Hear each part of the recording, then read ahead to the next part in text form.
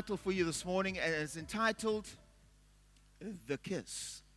And when you hear the word the kiss, you know, a kiss is an expression of affection, but a kiss is also seen as a style or a way of greeting. It's a form of greeting. And we've just come out of a post-COVID experience. And during COVID, my word, we had to learn about the elbow greeting. Remember those days? I can see you, some of you are still twitching from those days about the elbow greeting. And then we got creative and we decided to greet each other with each other's feet. Remember those days? It was the foot to foot. It wasn't just the elbow to elbow. It was a form of greeting, and we were longing to get back to the days when we could show affection in different ways. But yesterday, there are different ways of greeting each other. We can greet each other cheek to cheek, but if you head on out to Thailand, it's not cheek to cheek, but in Thailand, the greeting will be one of respecting each other with a show of our hands. Or if you move across to New Zealand, to the Maori tribe, they kind of like put forehead to forehead, and that's how we will greet each other. Different forms of greeting, but let's come to what we are used to, the good old handshake. During COVID, I was just longing for the day for the good old handshake again, good old hug again, that form of greeting, that expression of affection. But so often we don't realize what is behind the hug, what is behind the kiss, what is behind the handshake, what is behind all those expressions of greeting. So this morning I want to speak to you about the kiss of betrayal. For many times behind the handshake and the smile could very well be a betrayal that's in process. Behind a hug or behind whatever expression you choose to greet each other, the question is, what is behind it? Last Sunday, you enjoyed working through the Gospel of John chapter 17, and Laurent preached a dynamic message, amen? And I had the privilege of listening to it online, and it's a wonderful chapter. Now, as we move into chapter 18, we need to understand that chapter 18 is a very significant chapter in the Gospel of John. I would like to call it a chapter of transition. As much as chapter 17 spoke about Jesus praying, and Laurent emphasized the need to the call of unity, we're going to discover something in John chapter 18 that brings about disunity. That if we don't understand what's happening in John chapter 18, it can breed division in the household of God.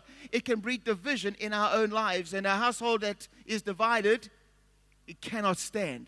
It's a very significant chapter because it prepares you for what is coming in John chapter 19, where the crucifixion comes into play. And so we find in John chapter 18, Jesus comes into the Garden of Gethsemane with his disciples. We get to understand that it's in that garden he gets arrested. And then he's brought before the high priest as well as before Pilate. And he's accused. And thereafter, Barabbas is released instead of him being released. We also understand in that chapter, it's a chapter of great betrayal. It's a chapter of where Peter denies Jesus 3 times. It's a very significant chapter. If you took that chapter out of the Gospel of John, we would not understand John chapter 19. And we would not understand the steps that was taken before the crucifixion. So we are very grateful for John chapter 18, and we trust that you'll enjoy it with me this morning. However, I'm only going to read 4 verses from John chapter 18. So if you've got your Bibles, we're going to turn to John chapter 18, and we're going to pick it up from verse 2. John chapter 18 and from verse 2. Now Judas, who betrayed him, knew the place because Jesus had often met there with his disciples. Verse 3. So Judas came to the garden, guiding a detachment of soldiers and some officials from the chief priests and the Pharisees. They were carrying torches, lanterns, and weapons. Jesus, knowing all that was going to happen to him, went out and asked them, "Who is it you want?" "Jesus of Nazareth," they replied. "I am he," Jesus said.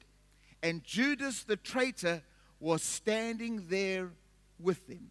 Now, if we go to Matthew chapter 26 from verse 47, it's speaking about the same scene, the same situation, but brings something else into the story. Matthew 26 and verse 47 says, while he was still speaking, Judas, one of the 12, arrived. With him was a large crowd armed with swords and clubs, sent from the chief priests and the elders of the people. Now the betrayer had arranged a signal with them. The one I kiss is the man. Arrest him. Maybe in our version, the one I shake his hand, that's the man. The one that I embrace, that's the man. However you want to greet him. But in this case, it was a kiss. Going at once to Jesus, Judas said, "Greetings, Rabbi," and kissed him. I wonder if when he said that, was he smiling? How many times have you been betrayed and it's with a smile? And the smile says everything is fine, but behind the smile, everything's not fine. I want you to turn to someone quickly and just smile at them and say, everything's not fine. Everything's not fine. And let me tell you, that day when Judas came into the mix and said, "Greetings, Rabbi," and kissed him, let me tell you, behind all of that, it wasn't fine. There was a stirring of another kind behind that greeting. So I want to ask you, who was Judas Iscariot? Now, after a couple of time and just researching Judas's life, I want you to understand this, that the history books declare the following, that he comes from a home of unwise parents. I want you to just highlight that.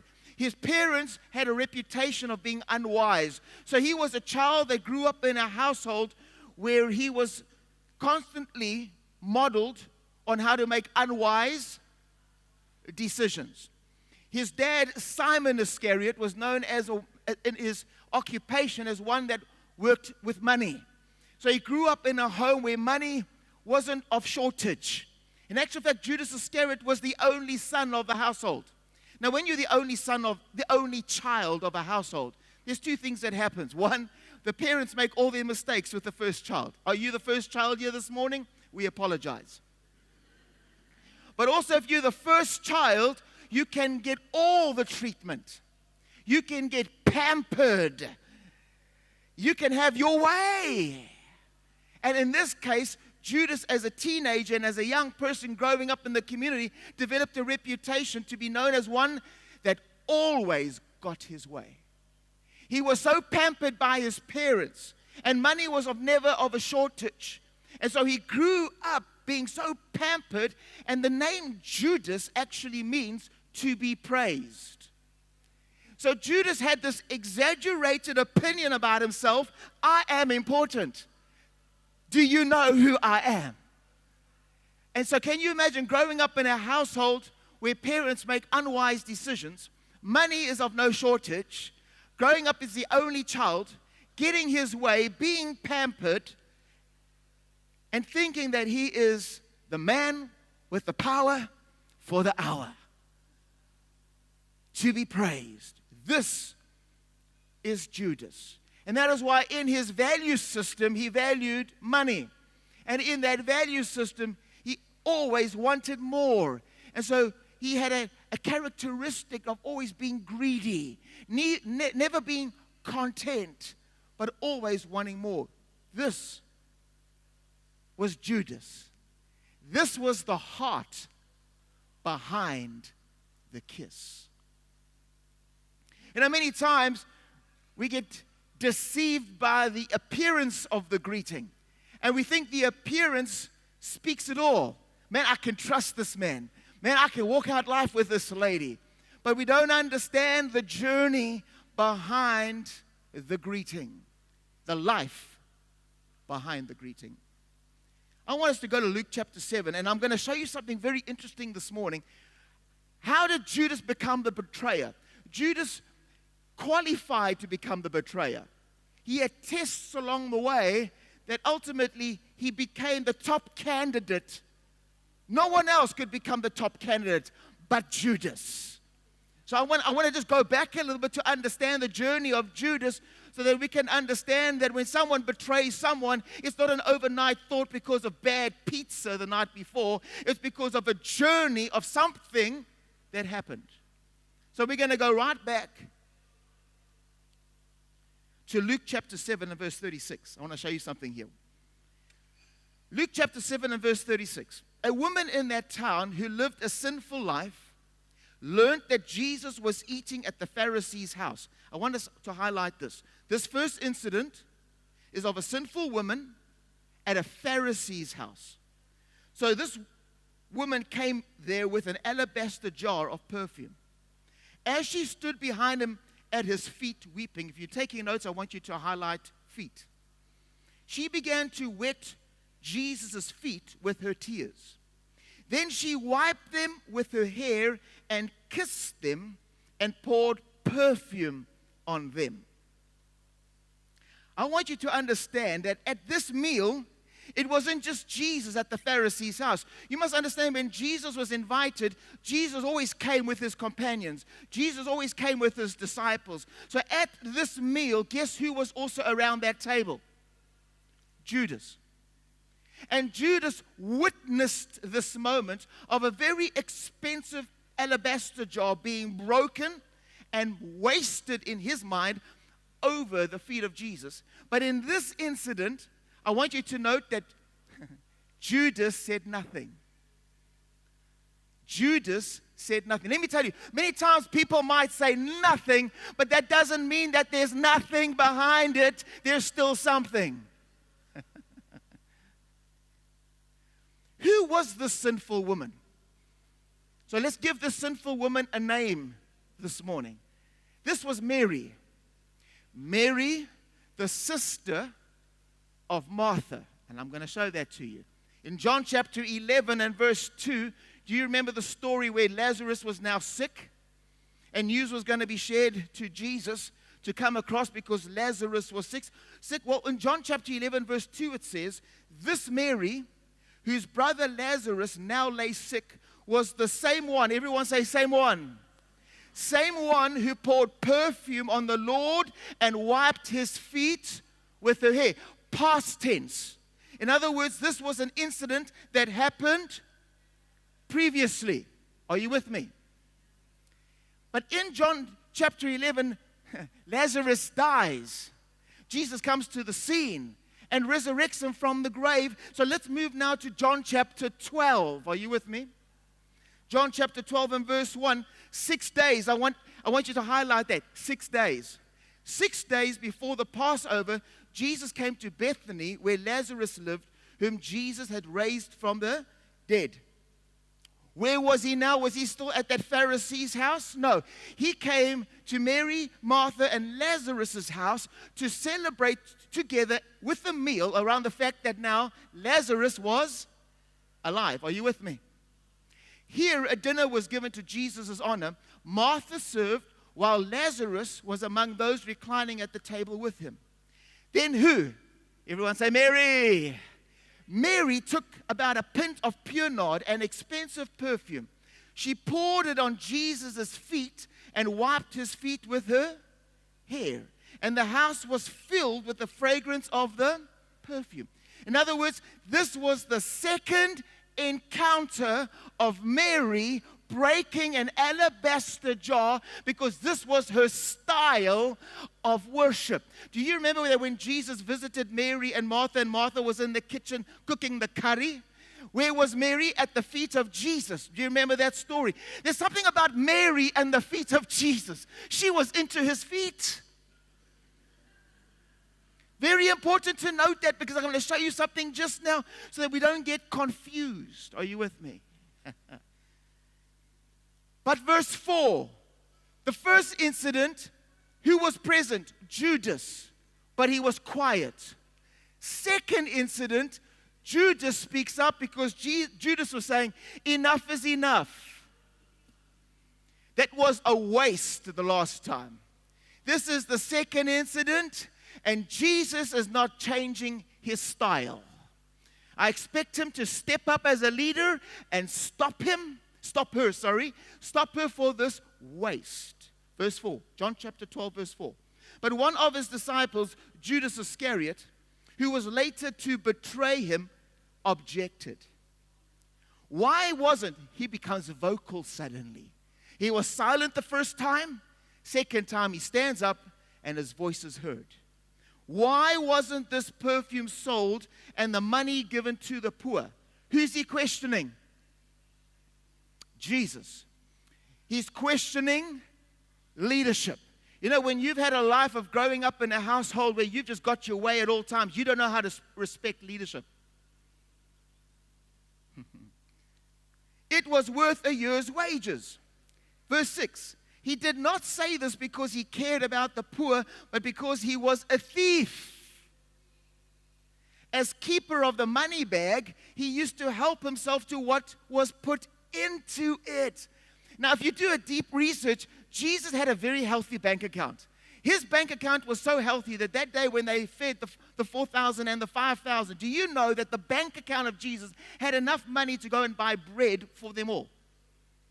So we must never think that Jesus had a poor ministry with a bank account that was a zero. But if you study it correctly, he had a very healthy bank account. And who managed it? Judas. And from time to time, he would put his hands, and it would never be noticed because there's always so much money coming in that you never notice what's going out. Judas, surely, being in the ministry and the life of Jesus, you never go without. Why are you so greedy that you always still want to help yourself with more? So he objects and he says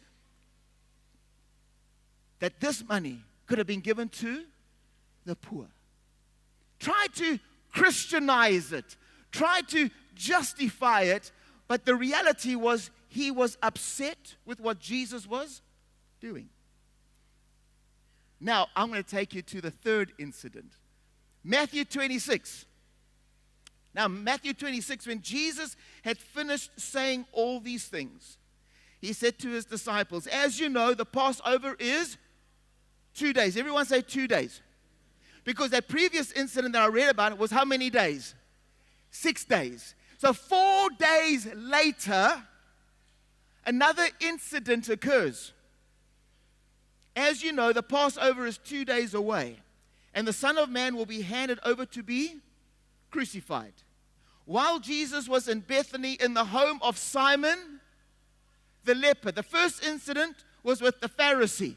Second incident was with Mary, Martha, and Lazarus in their house. Third incident is now in another house of Simon the leper. Verse 7. A woman came to him with an alabaster jar of very expensive perfume, which she poured on his head. Oh, wait a minute. Now we're changing the style of worship here. We've gone from feet to head. Why? Because it's a different lady. This lady comes in and pours it on his head as he was reclining at the table. Verse 8. When the disciples saw this, not just Judas, when the disciples saw this, they were indignant. In actual fact, if you look at the word indignant means to be very angry and annoyed. Someone is getting unfair treatment. Can you imagine having a group of disciples that are so angry with Jesus, allowing for the third time someone to come and waste expensive perfume and pour it over his head, and then to say, I'm annoyed with it because Jesus is receiving this unfair treatment. How did the disciples become like that? Because of one man who 4 days ago planted a seed into their minds. And 4 days later, everybody, after 4 days of having a conversation of an incident where perfume was wasted, and everyone was kind of like, Judas, you got a point. Judas, you got a point, eh? Why doesn't Jesus just step up, stop the lady in time, and you know what? We could build up the bank account, and you know what? More food parcels. Come on now. Judas, you made a point. Let me tell you, when someone is an offended individual, They will stir the crowd and get crowd support, and they're the ones that sing the song, "Make the circle bigger, make the circle bigger." Why this waste? Let me tell you, when people are offended, they don't see Jesus in the mix anymore. Everything is a waste of time. When people are offended in the church, worship is a waste of time. When people are offended in the house, it's a waste of time to have a conversation with your wife. When you look at your wife, you wonder, how long is this going to take? Jesus, help me. It's a waste of time because it comes from offended people. This perfume could have been sold at a high price and the money given to the poor. You guys sound just like Judas. You're using it phrase by phrase, word by word. His offended heart has so stirred you and influenced you. Verse 14, oh, Jesus, help us. After this third incident, where Judas was not getting his way, because he grew up as a child always getting his way. First incident, he kept quiet. Let Jesus off the hook. Second incident, he objected and said, Jesus, I address you right now. And I say that you as a leader are not leading correctly. I object. I'm offended. By the third incident, he had the support of all the other disciples buying into his perspective. And then Jesus standing his ground. Every incident, Jesus stood his ground. And when Judas saw, I'm not going to get my way with this church. I'm not going to get my way with this boss. I'm not going to get away with this man called my husband. I'm not going to get my way with Jesus. I'm out of here. So Matthew 26 verse 14. Then one of the 12, the one called Judas Iscariot, straight after this incident, went to the chief priest and asked, what are you willing to give me if you deliver him over to you? If I deliver him over to you. So they counted out for him 30 pieces of silver. Funny. You betrayed him for money. You grew up in a house where you never had shortage of money. You grew up in a ministry with Jesus. You had such a healthy bank account that Jesus never was short of money. And yet you want more. You're a greedy man. And from then on, Judas watched for an opportunity to hand him over. So I need to ask you this quick question. Why did Judas Iscariot betray Jesus? Ask yourself. You're sleeping every day next to a man who's a miracle worker. He's the way maker. He's a promise keeper. Come on now. Eyes are seeing. The deaf are hearing. The lame are walking. I mean, it's miracle after miracle. You hang out with Jesus. There's leftovers after every dinner. I mean, my word. Come on. You're in the presence of the Son of God. You are in ultimate joy. You're experiencing ultimate peace. You're in a place of total safety. And man, and still in the midst of all that good, you would betray. Why is it you can be in such a great marriage? You can be in such a great company, working for great people. You can be in a great church, but you suddenly start to see it differently when you are offended. So why, Judas, did you betray? Because you were offended. If we look at the word offended, it means resentful or annoyed. Typically as a result of a perceived insult. How many times? It all comes down to your perception. Someone greets you and you think, there's something else behind that greeting. I perceive this is an insult. In the meantime, there's no hidden agenda, but you perceive that there is. You take offense. Offense is not given. You take it. You made me offended. No, brother, you accepted it and you saw it as an offense and you made yourself become offended. Proverbs 18 and verse 19 says, an offended brother is more unyielding than a fortified city.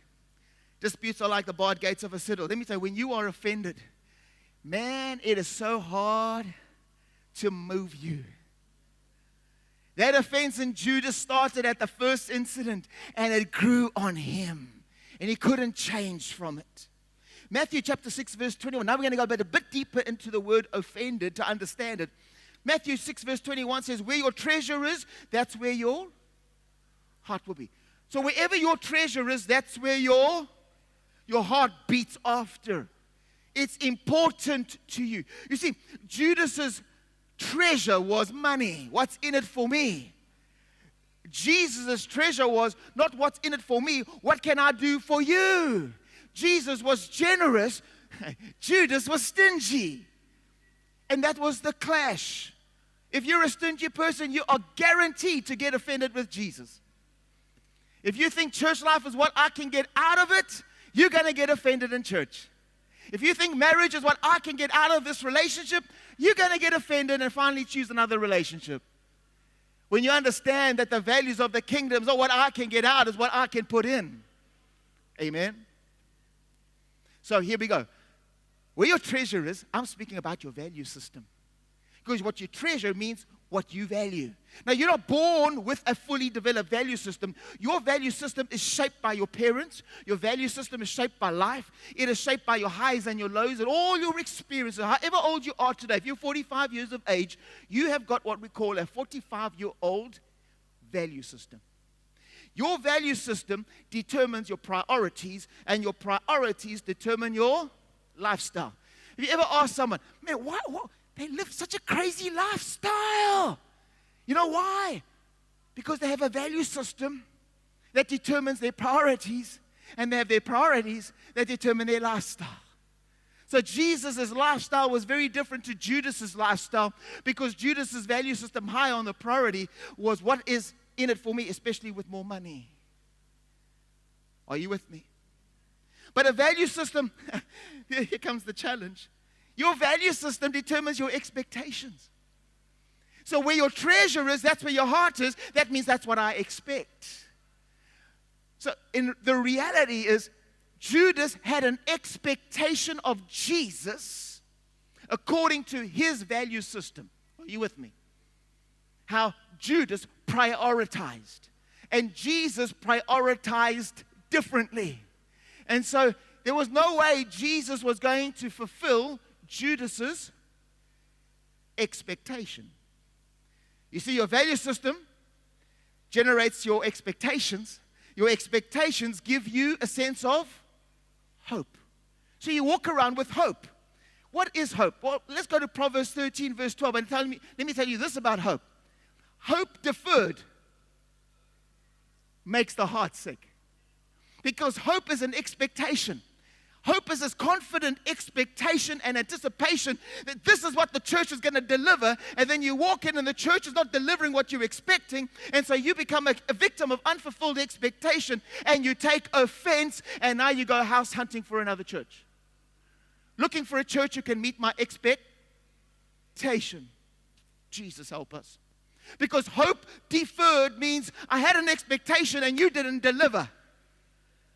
And that has affected my heart, which is in violation with my value system, because where my treasure is, that's where my heart is. So right now I'm smiling, but not everything is good on the inside. So here's the downward spiral quickly, and I've got a few more moments, so bear with me. We're going to have quite a rough ending. Are you ready with it? Put your seatbelt on. Here's the downward spiral. And I believe in this place this morning, God is going to bring healing, and He's going to bring freedom in this place, because a lot of us have been hurt going down this spiral. Here's the downward spiral of being offended. It starts with being a victim of unfulfilled expectation. Would you agree with me that Judas was a victim of unfulfilled expectation? Can we agree on that? But he wasn't victimized. He chose to be a victim. Are you with me? When you become a victim of unfulfilled expectation, the next step down the spiral is you become offended. If you don't deal with your offense, the next step down the spiral is that you become the top candidate for betrayal. I have not found a betrayer yet who comes from a place of fulfilled expectation. Are you with me? And as we know, before the crucifixion, there was a betrayal. Without the betrayal, there's no crucifixion. And after the crucifixion came the burial. Here's a quick example. A husband and a wife, been married for a number of years, came to me and said, we want a divorce. A divorce means we've reached burial stage now. I mean, we've already crucified each other in the bedroom. I mean, we've crucified each other wherever we've gone. We are just like, we're dead and buried.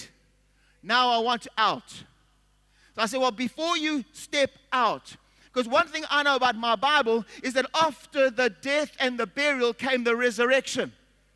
There is still hope for healing to step in. So let's stop and see, where did this whole offense start?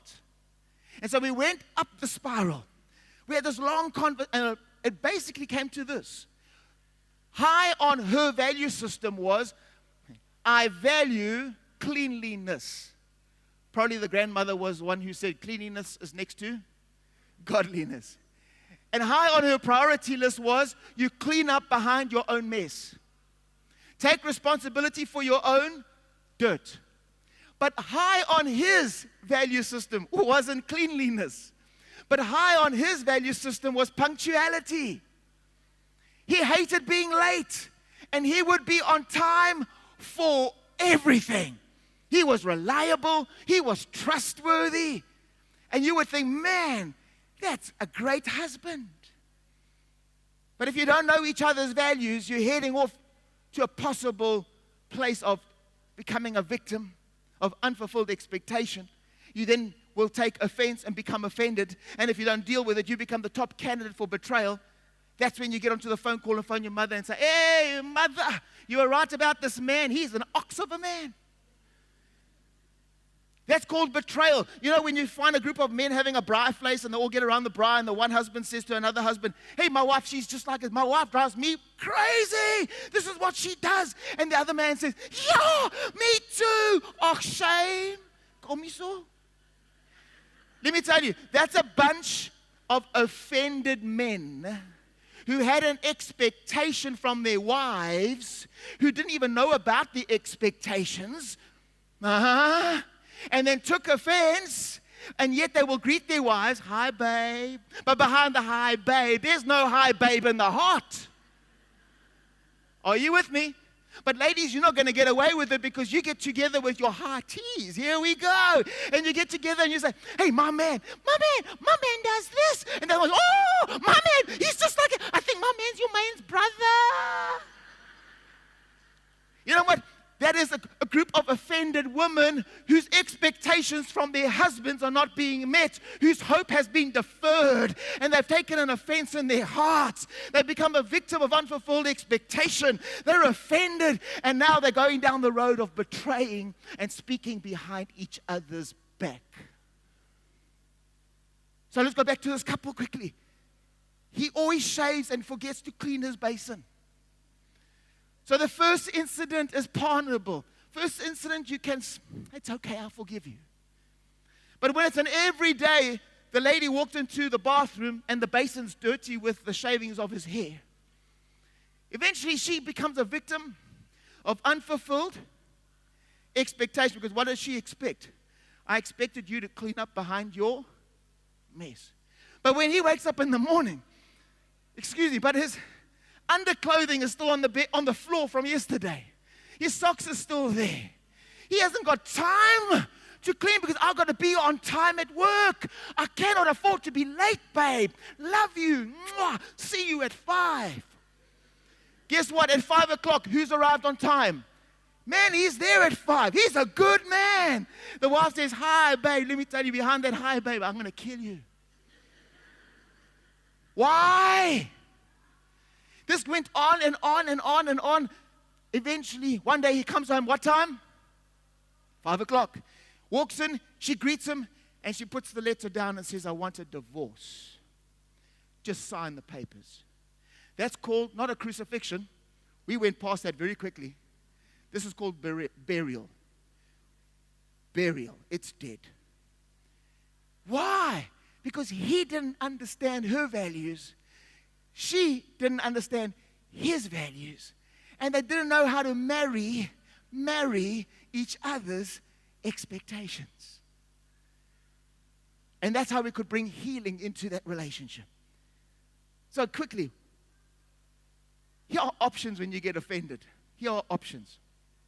Number one, your option when you get offended is build a monument. Build a monument and put it on the trophy shelf and make reference to it all the time. Let me tell you, a lot of the monuments built in our country is actually birthed out of offended hearts. And whenever we go back to the monument takes us back to the pain. The monument takes us back to the betrayal. The monument takes us back to the offense. So you can build a monument, keep it in memory, it's a reminder and a record, or you can start a movement and take it to the streets. Now, please, I say that very respectfully, but not everything on the street has the God heart behind it. Not everything on the street comes from a heart that is healed, but it comes from a heart that is broken. A lot of the movements we see today globally are coming from hearts that are offended, and offended hearts take it to the streets, and that's why they're not getting the results, because you cannot get the desired results when the initiative comes from an offended heart. Jesus, help us. So we start a movement, a process, a method of operation birthed out of an offended. Or another option is you see your offense as a mountain, and the problem is when you see it as a mountain, you don't see what's on the other side. And that's why people become suicidal, because they take their offense, they see it as a mountain, they don't see a future, they don't have a dream, they don't see the other side, and they've turned their offense into a mountain. Or do we choose the fourth option? See your offended moment and accept it as a moment. Don't make it a mountain. Don't start a movement. Don't build a monument. But say to yourself, this was a moment. This was a seasonal moment. How do I overcome my moment? And so as I close this morning, this is what I want to say to you.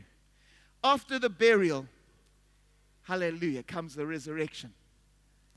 And with that means there is hope to restore a relationship. But to do that, you've got to learn how to forgive. You've got to learn how to forget. And you've got to learn how to forbear. Did Jesus need forgiveness that day? No. So some of us are forgiving people that don't even need forgiveness. What are we forgiving? Yeah, but they hurt me. No, they didn't even hurt you. You took offense because they didn't meet your expectation, because you didn't voice your expectation. So you walk into your kitchen and you go to your husband and say, hey, I forgive you. And he says, what? Now we have an argument because you're forgiving me for something I've done you no harm, but you've interpreted as an offense, and you say it's an attack. I haven't attacked you, man. Leave me alone. So we need to learn when to forgive. But then we need to learn just when to forget and stop bringing it up, because that's when it becomes your monument, and that's when it becomes your movement, and it stays your mountain. Are you with me? And then sometimes, this is the hardest one, turn to someone and say, man, this is going to be sore. You've got to learn to forbear. That boss is going nowhere. That husband's going nowhere. Eesh, God help me.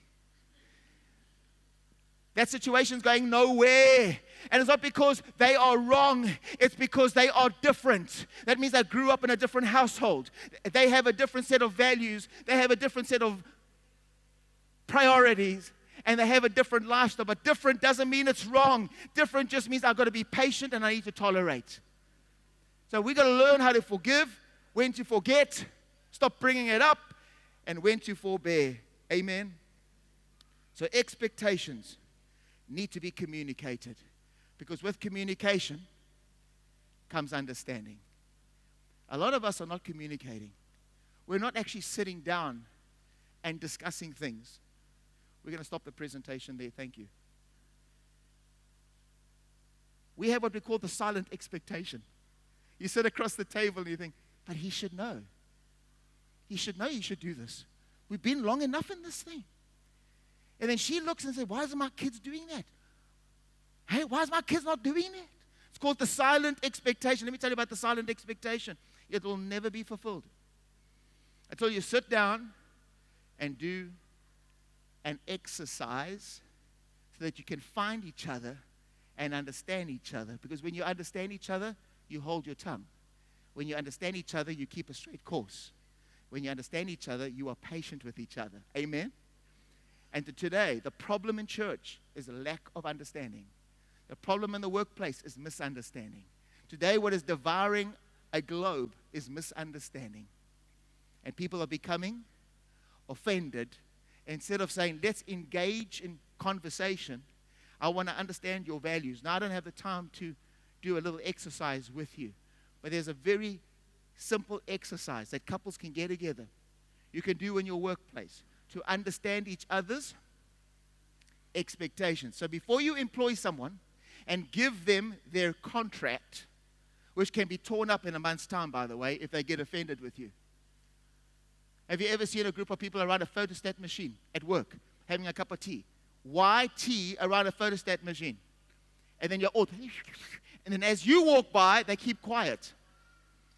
Oh, I'm going to take this phone call. No, you're all getting together and you're talking about the boss. You're talking about your manager. You're offended with the leadership who's not meeting your expectation. And before you know it, the resignation is not from God is opening a door for me and that's why I'm resigning. The resignation is I'm crucifying you and I'm bearing this relationship. I'm out of this workplace because I'm offended with this church. I'm offended with this workplace. I'm offended with my mother-in-law. I'm offended with my kids and I'm out of here. Instead of saying, can we bring some understanding?